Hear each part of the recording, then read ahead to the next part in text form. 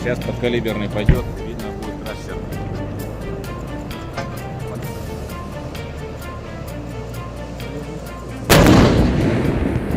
Попадание, видели, вон, вспышка, белая вспышка. Tank tempur generasi terbaru Rusia kembali jadi sorotan dunia. Rusia dikabarkan tengah menyiapkan T-14 Armata untuk pengiriman besar-besaran ke garis depan.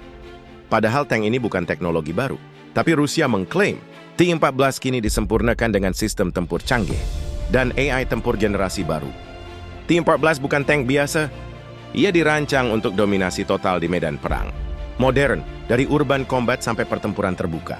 Apa yang bikin Armata begitu spesial? Tank ini punya kubah tanpa awak, pelindung reaktif, dan sensor 360 derajat yang terhubung ke jaringan tempur digital.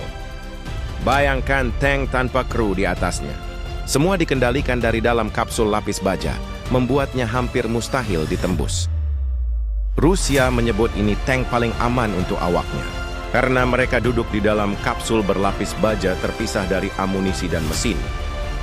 Senjata utamanya, Meriam 125 yang bisa menembakkan peluru konvensional hingga rudal, kendali anti-tank jarak jauh. Dan bukan cuma itu, Armata juga dipasangi senapan mesin otomatis, pelontar granat, dan sistem deteksi serangan berbasis radar. T-14 juga bisa berbicara dengan drone. Sistemnya terintegrasi langsung dengan UAV tempur dan satelit militer Rusia. Satu hal yang membuat NATO khawatir, kemampuan T-14 mendeteksi, mengunci, dan menyerang target sebelum lawan menyadarinya.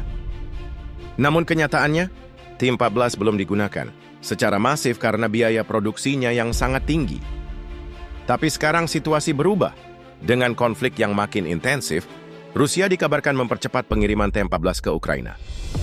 Beberapa laporan menyebutkan prototipe T-14 sudah terlihat beroperasi di wilayah perbatasan Donbas sejak awal Juli. Pasukan Rusia mulai menguji kemampuan nyatanya, mulai dari uji medan berlumpur hingga simulasi tempur kota. Apa tanggapan Barat? Inggris dan Jerman sudah mulai menyiapkan respons dengan memperbarui Leopard 2 dan Challenger 3. T-14 bukan hanya simbol kekuatan, tapi juga pesan. Rusia masih sanggup inovasi di tengah sanksi dan tekanan global. Meski banyak meragukan produksinya, Rusia terus membangun narasi bahwa T-14 adalah game changer. Tank ini bahkan punya potensi di luar medan tempur. Beberapa analis menyebut Armata bisa jadi platform utama robot tempur otonom masa depan. Karena sistemnya bisa diotomatisasi, Rusia sudah mengembangkan versi tanpa awak total T-14 robotik. Jadi apakah ini hanya propaganda? Atau benar-benar monster baja yang akan mengubah jalannya perang? Dalam dunia perang modern, kecepatan, konektivitas, dan kecerdasan sistem tempur jadi penentu kemenangan. Dan T-14 dikembangkan dengan semua itu di dalamnya. Bahkan bisa beroperasi dalam sistem swarm bersama tank dan drone lain. Namun ada satu kelemahan besar. Produksi massalnya terkendala biaya dan logistik. Bahkan Rusia pun kesulitan memenuhi target. Beberapa ahli militer meragukan keandalannya, karena versi awal T-14 sempat alami banyak masalah teknis. Tapi jangan remehkan tekad Kremlin. Mereka dikenal rela keluarkan biaya besar demi unjuk kekuatan militer.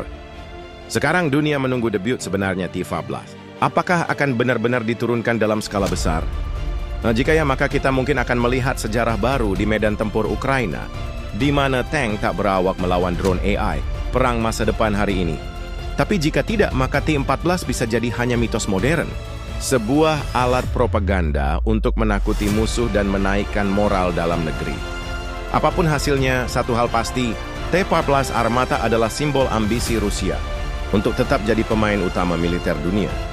Pertanyaannya sekarang, apakah dunia siap menghadapi era tank otonom dengan kecerdasan buatan,